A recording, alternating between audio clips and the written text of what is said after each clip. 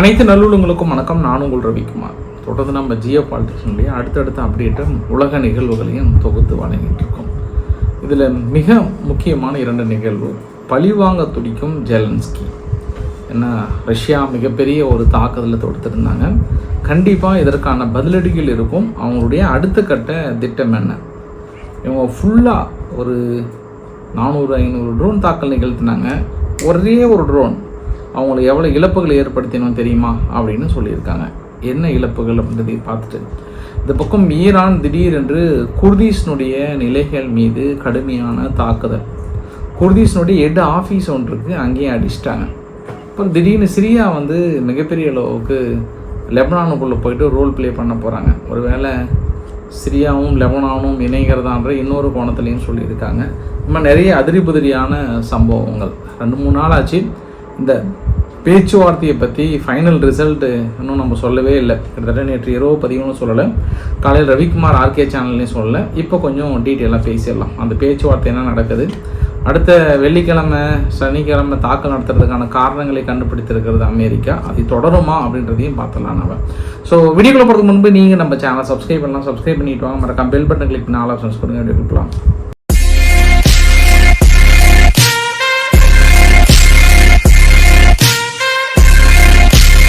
Crude ஆயிலோட விலை குறைவால் தொடர்ந்து பெட்ரோல் டீசலுக்கான விலை குறையுமான்ற கேள்விக்கு இந்தியானுடைய யூனியன் மினிஸ்டர் ஹர்தீப் பூரி அவர்கள் என்ன சொல்லியிருக்கிறாங்கன்னா, எண்ணெய் நிறுவனங்கள் தொடர்ந்து 74,751 கோடிக்கு மேலே லாஸ் ஆகிருக்காங்க இந்த ஃபியூல் சேல்ஸ் பண்ணுறதில், குறிப்பாக வெஸ்ட் ஏசியா கிரைசிஸ்னால். ஏன்னா ஒரு ஆயில் நிறுவனம் நம்மக்கிட்ட சேல்ஸுக்கு வருதுன்னா, நம்ம பைக்கு கொண்டு போய் நிறுத்துகிறோம், அவங்க பெட்ரோலை பிடிக்கணும் அப்படின்னா ஒரு எண்ணெய் நிறுவனம் 2 மாதத்துக்கு முன்னாடியே பர்ச்சேஸ் பண்ணணுமா. குருடாயிலாக வாங்கி இங்கே ரிஃபைனரி பண்ணிவிட்டு சுத்திகரிப்பு செஞ்சு அதுக்கப்புறம் நம்மக்கிட்ட ரீச் ஆகுதான். அப்போ நீங்கள் 2 மாதத்துக்கு முன்னாடி என்ன விலையோ அதுதான் இப்போ நம்ம மக்களுக்கு ரீச் ஆகுது. அப்படின்னா இது எல்லாமே இந்த விலையேற்றம் இருக்கும்போது வந்தது. இதுக்கப்புறம் தான் இன்னும் 2 மாதம் இதே விலையில் இருந்தால் தான் குறைக்க முடியும். ஏன்னா எண்ணெய் நிறுவனங்கள் பிப்ரவரியிலிருந்து கடந்த ஒரு 4 மாதங்களாக தொடர்ந்து பெரிய லாஸ் ஆகிருக்கு அப்படின்ற மாதிரி சொல்லியிருக்காரு. ஸோ அதனால் இன்னும் நீங்கள் ஒரு 2 மந்தாவது கண்டிப்பாக வெயிட் பண்ணணும். அந்த எண்ணெய் நிறுவனங்களோட லாஸை ஈடு கட்டினா தான் முடியும் அப்படின்றதுக்கான விடைகள் கிடைத்திருக்கிறது. இதை பற்றின உங்களோட கருத்துக்கள் வரவேற்கப்படுகிறது. ஏன்னா நான் தொடர்ந்து எல்லா வீடியோ பதிவுலையும் சொல்லிகிட்டே இருக்கிறேன், எண்ணெய் விலை குறையுமா அப்படின்னு கேட்கப்பட்டதுக்கு அதுக்கு தான் இல்லை பாஸ், 2 மாதத்துக்கு முன்னாடி வாங்கின க்ரூட் ஆயிலே இப்போ தான் ரீச் ஆகுது. திடீர்னு வாங்கின உடனே இன்றைக்கெல்லாம் குறைக்க முடியாது. It will take time. இன்னும் எங்களுக்கு 2 மாதம் இதே விலையில் நீடிச்சாதான்றாங்க. அது நீடிக்குமா நீடிக்காதா அப்படின்றது அவங்களுக்கு உள்ள பதிவில் நான் சொல்லிடுறேன் நான். ஏன்னா ரொம்ப முக்கியமான ஒப்பந்தங்கள்லாம் போயிட்டுருக்கு. பட் அதற்கு முன்பு சனா டக்காச்சி அவர்கள் ஜப்பான்லேருந்து இந்தியாவுக்கு வந்தால் நான் நேற்று அதை பற்றி சொல்லியிருந்தேன். கிட்டத்தட்ட நம்ம ஹென் மதிப்பு இது சப்போஸ் இந்த வீடியோ பதிவில் என்ன பண்ணிட்டேன், வழக்கமாக சீனாவோட யுவான்னு சொல்லிட்டேன். பட் ஜப்பானுடைய நாணய மதிப்பு ஹென் எல்லாமே மேக்ஸிமம் நம்ம டாலர் இல்லாமல் ஹென்லையும் நம்ம இந்திய ரூபாய் மதிப்பிலும் ஷேர் பண்ண போகிறோம். ஸோ வருடத்திற்கு 1 ட்ரில்லியன் இலக்கு. அப்போ நெக்ஸ்ட் டிகேட், அதாவது அடுத்த 10 வருஷத்துக்கு 10 ட்ரில்லியன் இலக்குகளை வைக்கிறாங்க. இதில் ஏஐ, செமிகண்டக்டர், அரிய பூமி தாதுக்கள், பாதுகாப்பு துறையில் முக்கிய ஒப்பந்தங்கள் கையெழுத்தாகிறது.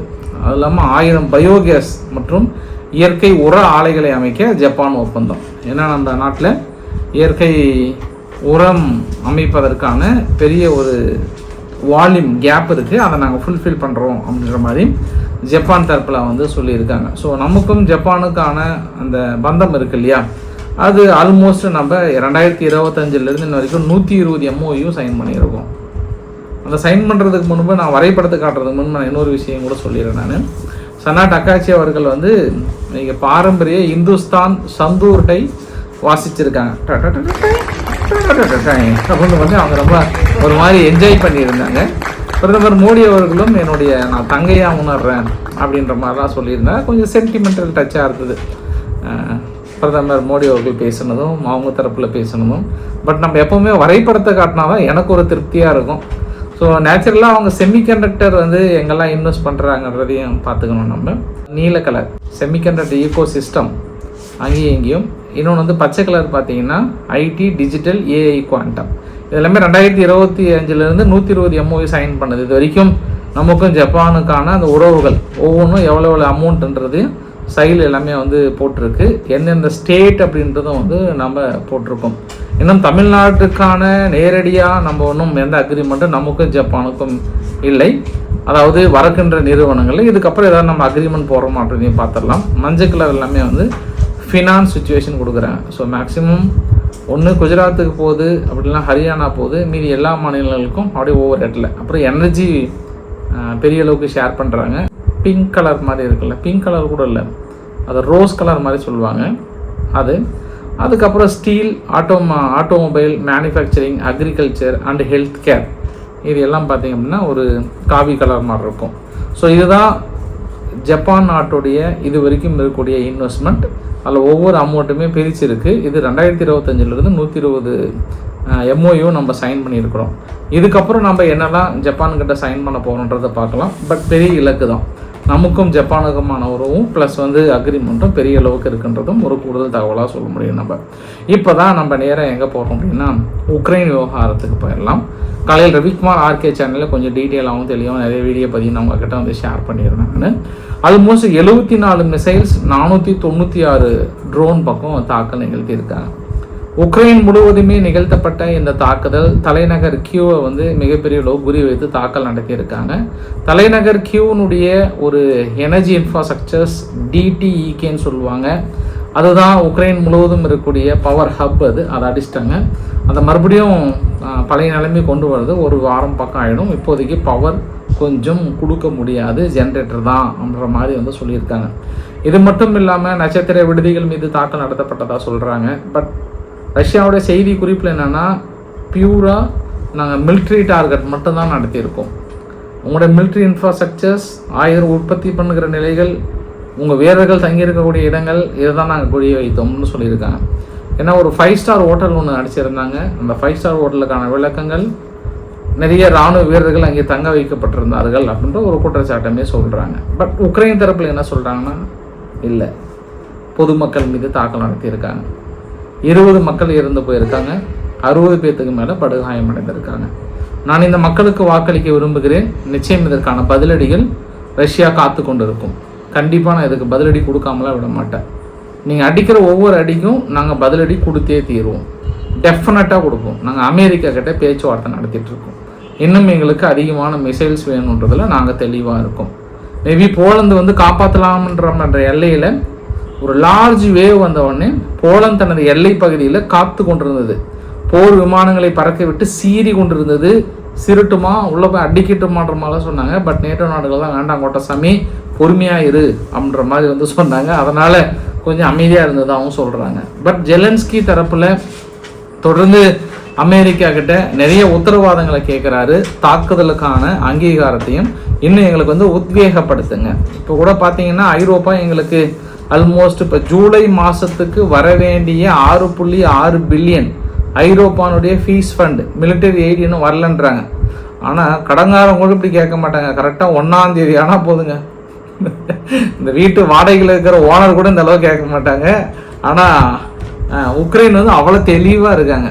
ஒவ்வொரு மாதத்துக்கும் ஒரு ஃபீஸ் ஃபண்டுக்கான எய்டு கொடுக்குறதா சொன்னாங்க. கரெக்டாக 1ஆம் தேதி நேற்றே போய் வாசலில் நின்றுட்டாங்க ஐரோப்பா கிட்ட. யார்? உக்ரைன். நீங்கள் இந்த மாதம் கொடுக்க வேண்டிய ஒரு 6.6 பில்லியன் கொஞ்சம் கொடுத்துட்டிங்கன்னா பரவாயில்ல, ஃபீஸ் ஃபண்டுக்கு கொஞ்சம் சுமாராக போகும். ஏன்னா பாருங்கள் இது மாதிரி அடிச்சிட்டாங்க, அதனால் கொஞ்சம் கொடுத்துருங்க சீக்கிரமாக அப்படின்னு ரெக்வஸ்ட் வச்சுருக்காங்க. கொடுத்துருவாங்க, ஒன்றும் பிரச்சனை இல்லை. அவங்க ஃபண்டாக கொடுக்குறாங்க. ரஷ்யாவுடைய திறன சொத்துக்கு தானே கொடுக்குறாங்க. அந்த திறன சொத்தை எத்தனை நாள் அவங்க தானே அனுபவிச்சுட்டு இருக்கிறாங்க. அதனால் அதெல்லாம் கொடுத்துருவாங்க. ஏன்னா அக்ரிமெண்ட்டை போட்டாங்க. அந்த அக்ரிமெண்ட் பெருசாக இழுத்து பிடிச்சி தள்ளி விட்டது யார்? இதனால் அங்கேயனுடைய விக்டர் ஓர்பான் வந்து இழுத்து பிடிச்சிட்டு இருந்தார். அவரும் தோற்று போயிட்டார்ல. அதனால் எந்த தீர்மானம் கொண்டு வந்தாலும் ஸ்லோவாக்கியா மட்டும் தான் எதிர்ப்பு தெரிவிப்பாங்க. பட் அவங்கள சமாளிச்சுக்கிறாங்க. ராபர்ட் ஃபைகோ அவர்கள் இப்போ கொஞ்சம் அமைதியாகிட்டார். அதாவது உக்ரைனை வலுவாக எதிர்த்தோம்னா நம்ம தோக்கடிச்சிட்றாங்கன்றதை உணர்ந்துக்கிட்டார். ஏன்னா ஐரோப்பா நாடுகளே ஒன்று சேர்ந்து ரிக் பண்ணி தோக்கடிச்சிட்றாங்கன்றதில் ரிக்கடு பண்ணி தோக்கடிச்சிடா. அதனால் அவர் அமைதியாகிட்டார். அதனால் ஃபண்டெல்லாம் இப்போ நிலைமைக்கு வந்துடும். ஆனால் உக்ரைன் தரப்பில் என்ன சொல்கிறாங்கன்னா, நீ இவ்வளோ அடிச்சிடல, எங்கள் உக்ரைன் முழுவதும் அடித்த ரஷ்யா ஃபுல்லாக நீ இதுக்கு வந்து எவ்வளோ செலவு பண்ணியிருப்பேன்னு எனக்கு தெரியாது. ஆனால் நாங்கள் அடித்த ஒரே ஒரு அடி தான் உன்னை அப்படியே ஆட்டம் காண்ட வச்சிட்டோம். என்ன உங்களுடைய ஒரு 1400 கிலோமீட்டர், 800லேருந்து 1400 kilometre, 15 million ton of oil வந்து வருஷத்துக்கு தயாரிக்கிறது, 5 மில்லியன் டன் ஆஃப் கேஸோலைன் வந்து அப்ராக்சிமேட்டாக ப்ரொடியூஸ் பண்ணக்கூடிய ஒரு பெரிய ஒரு ஆயில் ரிஃபைனரி. அந்த ஆயில் ரிஃபைனரி மீது நாங்கள் தாக்கல் நடத்தியிருக்கோம் அப்படின்னு சொல்கிறாங்க. லூகாயினுடைய நிறுவனம் இது. இந்த லூகாயில் நிறுவனம் கண்டிப்பாக மறுபடியும் பயன்படுத்துறதுக்கான கால சூழ்நிலை டைம் எடுக்குன்றாங்க. அதாவது நீ 1000 அடி அடி, ஒரே ஒரு அடி தான். ஏன் இது ரஷ்யாவுக்கு மிகப்பெரிய அடி நான் மறுபடியும் சொல்கிறேன் அப்படின்னா, இந்த கேஸோலைன் இருக்குல்ல, க்ரூட் ஆயிலோ டீசல் பெட்ரோலோ இல்லைங்க, கேஸோலைன். அந்த கேஸோலைன் இருக்கு இல்லையா, இது இந்தியா நம்ம கொடுத்துட்ருக்கோம். இப்போ அவங்களுக்கு 6 லட்சம் டன் அவங்களுக்கு தேவை. அவங்க நாட்டில் உற்பத்தி ரொம்ப குறைஞ்சி போச்சு. கடைசி நம்பிக்கையாக இருக்கக்கூடிய லூகாயில் நிறுவனம் ஒரு 10 இடத்துல தான் இருக்காது. அதை அடிச்சிட்டாங்க இன்றைக்கி, 2 இடத்துல வந்து அடிச்சிட்டாங்க. இது அதுதான் நம்ம சொல்கிறது. இப்போ வந்து இவங்க கொஞ்சம் தெளிவாயிட்டாங்க. அதாவது என்ன கேட்குறாங்கன்னா, நீ வந்து பில்டிங் அடிக்கிறீங்க, மற்றதெல்லாம் அடிக்கிறீங்க, ஆனால் நாங்கள் அடிக்கிறது ஒன்று தான், உங்களுடைய எனர்ஜி இன்ஃப்ராஸ்ட்ரக்சர்ஸ், அதை மட்டும்தான் அடிக்கிறோம், அதை இன்னும் நீங்கள் பொறுத்து இருந்து பாருங்கன்றாங்க.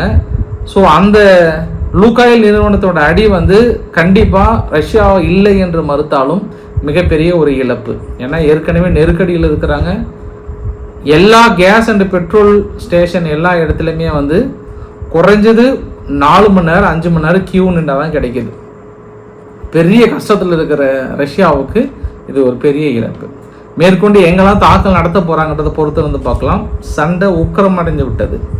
ரஷ்யா உக்ரைனுடைய வார் வந்து மிகப்பெரிய அளவுக்கு உக்கிரம் அடைஞ்சிருக்கிறது. பட் இந்த பதில் தாக்குதலே வந்து 1 வாரம் 2 வாரம் கழித்து தான் எடுத்திருக்கிறாங்க ரஷ்யான்றதும் ஒரு குறிப்பிடத்தகுந்த விஷயம்.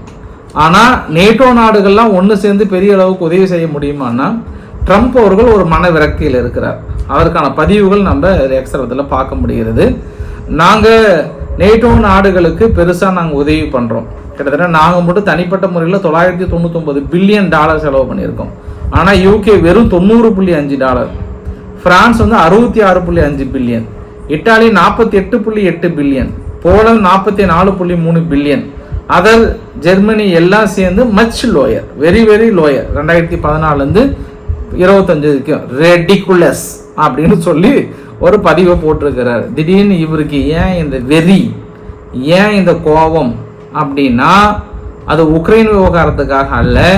இவர் வந்து ஈரான் மீது தாக்குதல் நடத்துவதற்கான ஒரு டீமை எதிர்பார்த்து காத்துட்டு இருக்கிறாரு. ஆனால் அதுக்கு வந்து நேட்டோ நாடுகள் ஒத்துழைக்க மாட்டேன்றாங்க.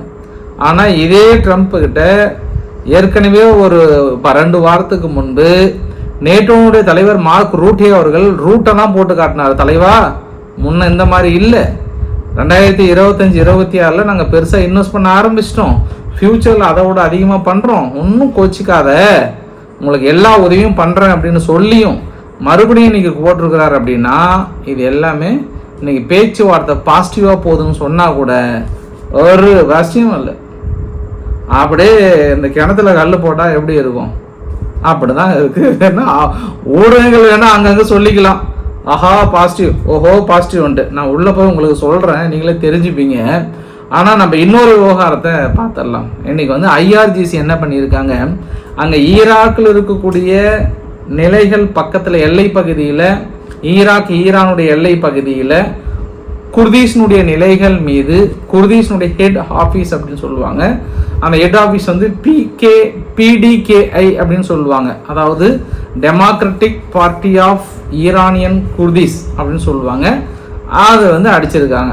அது இல்லாமல் இன்னும் 2 நிலைகள் மீது காலையில் அதிகாலையில் ஒரு 4 மணி அளவில் ஒரு 8 இடத்துலேருந்து பக்கம் அடித்தாங்க. மறுபடியும் மாலை வேளையிலே ஒரு 3 மணிலேருந்து 4 மணி இருக்கும். அப்போ ஒரு 7 இடத்துல தாக்குதல் நிகழ்த்தி இருக்காங்க. நிச்சயம் பெரிய அளவுக்கான இழப்புகள் இருக்குன்றாங்க. இந்த தாக்குதல் ஏன் அப்படின்னா, ஒரு நாளைக்கு முன்பு எல்லை பகுதியில் பாதுகாப்பு பணியில் ஈடுபட்டிருந்த ஐஆர்ஜிசியினுடைய 7 மெம்பர் சுட்டிருக்கிறாங்க, கொல்லப்பட்டிருக்கிறாங்க. அது தாக்குதல் கிட்டத்தட்ட ஊடுருவதற்கான முயற்சி என்று சொல்லப்படுகிறது. ஸோ அதனால் இங்கே ஃபனல் நடக்கின்ற வேலைகளே, அதான் ஐதுல்லா அலி காமேனியாவுடைய ஃபனல் நடக்கின்ற வேலைகளே ஏதாவது ஈடுபட முயற்சிங்கன்னா உங்களுக்கு அடி தான். அப்படின்னு ஒரு எச்சரிக்கை கொடுக்குற மாதிரி ஒரு தாக்குதலை இந்த இடத்துல பார்க்க முடிகிறது. நான் உங்களுக்கு இன்னொரு விஷயத்தையும் சொல்லிடுறேன். இன்றைக்கி வந்து வெள்ளை மாளிகை கிட்டத்தட்ட கன்சிடர் பண்ணுறாங்க. ஈராக்குக்கு வந்து இதற்கு முன்பு அமெரிக்காவுடைய டாலரில் வந்து செல் பண்ணுறதோ நிறைய விஷயங்களை வந்து தடை விதிச்சிட்டு இருந்தாங்க. அதாவது ஏர் ஷிப்மெண்ட் அப்படின்னு சொல்லுவாங்க. அந்த ஏர் ஷிப்மெண்ட்டை மட்டும் ரிலீஸ் பண்ணுறாங்க. ஈராக் வருகின்ற உன்னுடைய நடவடிக்கைலாம் கொஞ்சம் ஹாப்பியாக தான் இருக்குது, அதனால் நான் ரிலீஸ் பண்ணுறேன். ஏன்னா சமீபத்தில் அந்த ஊழலுக்கு எதிரான நடவடிக்கை கொஞ்சம் செப்டம்பர் 30க்குள்ளார எல்லா ப்ராக்சி குரூப்ஸும் ஆயுதங்களை போட்டு சரண்டர் பண்ணணும். இந்த மாதிரி நடவடிக்கைகள்லாம் அமெரிக்கா விரும்புகிறது.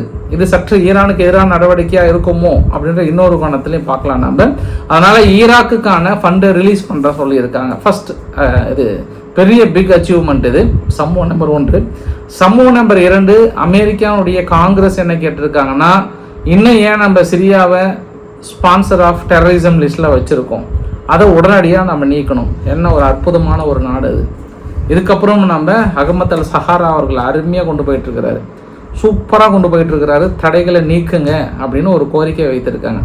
திடீர்னு ஏன் இந்த புகழ்றாங்கன்னா, ஏற்கனவே லெபனானுடைய அக்ரிமெண்ட், லெபனான் இஸ்ரேல் அமெரிக்காவோட அக்ரிமெண்ட் வந்து உலகம் அறிந்த விஷயம் அல்லவா. அந்த சதர்ன் லெபனானில் இஸ்ரேல் இருக்கும், அங்கே ஒரு பைலட் ஜோனை உருவாக்குறாங்க. அங்கே லெபனானுடைய இராணுவம் வந்து பாதுகாக்கிறது, தொடர்ந்து ஹெஸ்புல்லா ஆயுதங்கள் போடுவதற்கான வேலைகளை ஈடுபட்டு கொண்டிருக்கிறது இல்லையா. அதனால் இப்போ சதர்ன் லெபனான் பகுதியில் தாக்குதல் போயிட்டு தான் இருக்குது. இன்றைக்கி கூட தாக்குதல் நடந்துட்டு தான் இருந்தது. சார் நான் டெய்லியும் சொன்னேன், நீங்கள் டயர்ட் ஆகிடுவீங்கன்றனால தான் நான் சொல்லலை. நான் இன்றைக்கி கூட 2லிருந்து ஒரு 5 பேர் பக்கம் இருந்து போனதாக கிளைம் பண்ணுறாங்க. அவங்க ஆயுதம் இருக்கக்கூடிய நபர்கள் மீது அடிச்சோன்னாங்க, அவங்களும் கிளைம் பண்ணுறாங்க. ஆனால் சிரியாவுடைய ஃபாரின் மினிஸ்டர் லெபனானுக்கு போகிறாரு, சந்திப்புகளை நடத்துகிறாரு, அவர்களை தனிப்பட்ட முறையில் சந்திக்கிறாங்க. அப்போ செய்தியாளர்கள் கேட்குறாங்க, ஹெஸ்புல்லா ஆயுதங்களை போட்டு சரணடைவதற்கு நீங்கள் லெபனான் இராணுவத்தில் இணைகிறீர்களா அப்படின்றதுக்கு அகமத் அல் சஹாரா அவர்கள் ஏற்கனவே இதற்கான பதில் சொல்லிட்டாரு. நாங்கள் போர் புரிந்து இந்த இராணுவத்தில் இணைந்து தான் அவர்கள் ஆயுதங்களை போட்டு சரணடைய வைக்கணும்னால அவங்களுக்கான ஆப்பர்ச்சுனிட்டியை உருவாக்கலாம், நல்ல லைஃப் உருவாக்கலாம், அதை நாங்கள் தயாராக இருக்கிறோம். பேச்சுவார்த்தையின் மூலமாகவும் நல்ல ஒரு வாழ்க்கையை ஏற்படுத்தி கொடுக்கறது மூலயமாகவும் நம்ம தீர்வு காணலாம். அதாவது சிம்பிளாக என்ன சொல்கிறாருன்னா, வேலை வெட்டி இல்லாமல் துப்பாக்கியை தூக்கிட்டு சுற்றிட்டு இருந்தால் வாழ்க்கை கிடைக்காது, சாதிக்க முடியாது. வாழ்க்கையில் பிழைப்பை நடத்தி பிழைக்கிற வழியை பார்க்கலான்ற மாதிரி சொல்ல வராரு அவர். ஏன்னா அகமத் அல் சஹாரா அவர்கள் என்ன சொல்கிறாருன்னா, நாங்கள் துப்பாக்கி தூக்கி பெருசாக நாங்கள் ஒன்றுமே சாதிக்கலை, நாங்கள் அது நிறைய இழந்துட்டோம். நாங்கள் இதுக்கப்புறமும் அந்த துப்பாக்கியை தூக்கி சாதிக்கணுன்ற எண்ணம் எங்களுக்கு இல்லை, அதை நோக்கி தான் நான் ஹெஸ்புல்லாவை கொண்டு போகிறேன்றார். இது பேசுகிறதுக்கு நல்லாயிருக்கும், க்ரன்ச்சியாக இருக்கும். பட் அங்கே களத்தில் இருக்கும்போது அவங்க என் மண், என் உயிர், என் ரத்தம் அப்படின்லாம் அங்கே வீரமாக பேசுவாங்க. எங்கள் ரத்தத்தை விட்டு எங்கள் இடத்தை விட்டு நாங்களாம் நகர முடியுமான்னுவாங்க. அதனால் மைக்கை பிடிச்சா எல்லா அரசியல்வாதிகளும் அடடே இவரா அப்படின்னு நம்ம பார்க்குறோம் இல்லையா. அதனால் இது வழக்கமான ஒரு டைலாக்காக தான் இருக்குது. பேச்சாற்றல் இல்லைன்னா அரசியல்வாதிகளாக இருக்க முடியாதல்லவா. அதனால் நம்ம அப்படி பார்த்து விடலாம். நம்ம இன்னொரு விஷயம் என்ன, சிரியா அங்கே விசிட் பண்ணும்போது இங்கே சிரியாவுடைய டமாஸ்கஸ் பகுதியில் ஒரு காஃபி சென்டரில் ஒரு குண்டு வெடிப்பு. ஃபஸ்ட்டு ஒரு 2 பேர் 3 பேர் நாங்கள் 7 பேர் பக்கம் இறந்து போயிட்டாங்க.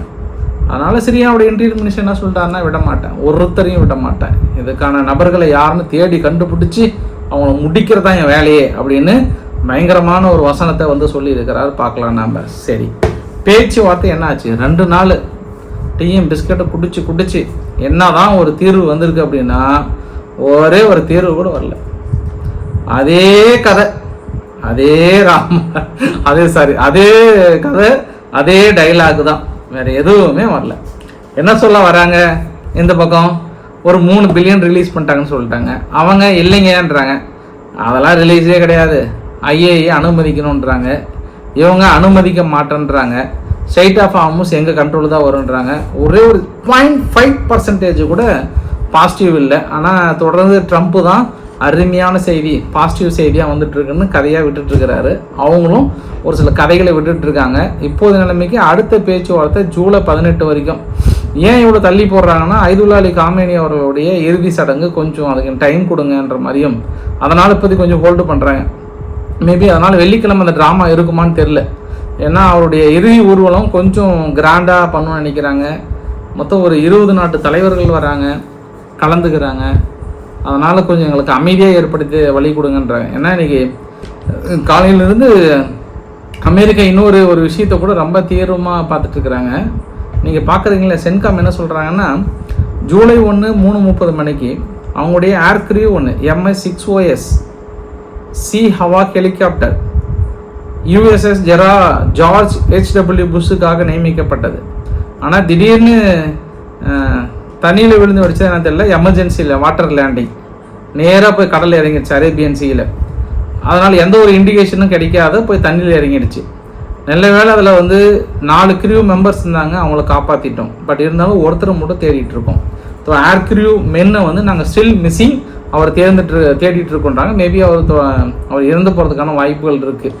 ஏற்கனவே இதே மாதிரி தாக்குதல் நடத்தப்பட்டதற்கான காரணம் அமெரிக்கா என்ன சொன்னாங்கன்னா, எங்கள் ஹெலிகாப்டர் சுட்டு வீழ்த்தினாங்க, அதில் ஒருத்தர் இறந்து போயிட்டாரு, அதனால தான் நாங்கள் தாக்கல் நடத்தணும் அப்படின்னு ஒரு தடவை சொன்னாங்கப்பா, ஒரு 20 நாளைக்கு முன்பு. மறுபடியும் இதை வந்து அப்படி தான் சொல்கிறாங்க.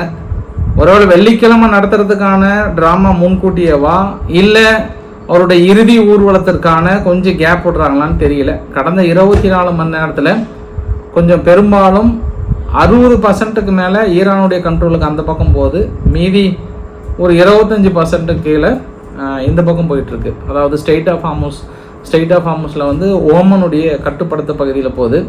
திடீர்னு ப்ளூம்பர்க் பத்திரிகை என்ன சொல்கிறாங்கன்னா, அங்கே ஐரோப்பா நாடுகளுடைய முக்கிய கப்பல் ஓனர்ஸ்லாம் வந்து ஒன்றும் பிரச்சனை இல்லைங்க, நாங்கள் யுத்தத்தை கூட வர தயாராக இல்லை, நீங்கள் டோல் ஃபீஸ் ஃபிக்ஸ் பண்ணுங்கள், யுத்த காலத்தில் கூட நாங்கள் கொடுக்க தயாராக கூட கொஞ்சம் அனுப்பி விட்டுருங்கன்றாங்க. அதாவது சண்டை போட்டால் கூட நாங்கள் பணம் கொடுத்துட்றோம் டோல் ஃபீஸு, கொஞ்சம் கடந்து போக வழியே பாருங்கள் அப்படின்னு ஐரோப்பா இறங்கி வந்திருக்கான். அதாவது அமெரிக்காவுடன் இணைந்து நேட்டோ நாடுன்ற பொருள் சண்டைக்கு வரல, நாங்கள் கொடுத்துட்றோம் ஓமன் ஈரான் ஒன்று அதுக்கான வேலையை ஏதோ பார்க்குறேன்னா பாருங்கன்னு சொல்லி இருப்பதாக ப்ளூம்பர்க் பத்திரிகை வந்து சொல்லியிருக்காங்க. ஸோ பொறுத்திருந்து பார்க்கலாம்.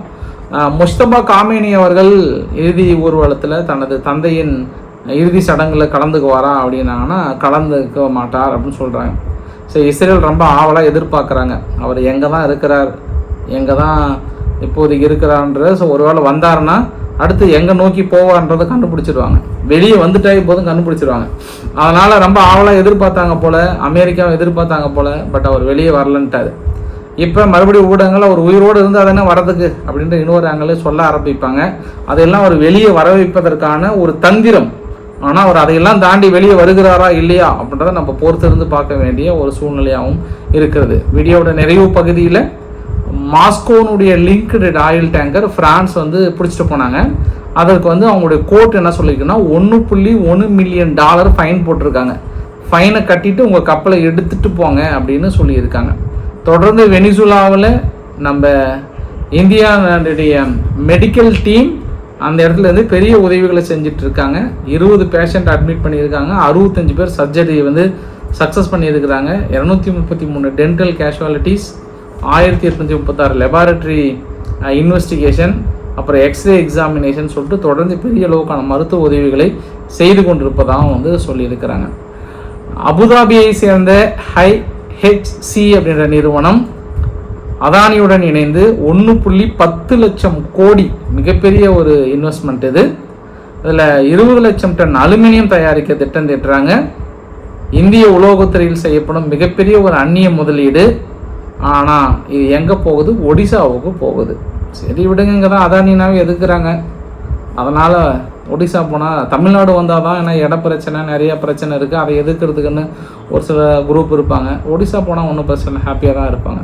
அதானினாவே இங்கே பிடிக்காது இல்லையா, அதனால். பட் ஆனால் மிகப்பெரிய ஒரு முதலீடு எவ்வளோ, 1.10 லட்சம் கோடி முதலீடு அப்படின்னா எவ்வளோ வேலை வாய்ப்புகளை உருவாக்கும் இல்லை, அதுவும் பார்க்கலாம். நம்ம பொறுத்திருந்து என்ன நடக்க போகுதுன்றது. காசாவை பற்றி சொல்லணும்னு நினச்சேன், நாளைக்கு பேசிக்கலாம் நம்ம. ஸோ பிடிச்சிருந்தா லைக் பண்ணுங்கள், ஃப்ரெண்ட்ஸுக்கு ஷேர் பண்ணுங்கள், சப்ஸ்கிரைப் பண்ணுங்கள். ரவிக்குமார் சோமச்சல். நன்றி, வணக்கம்.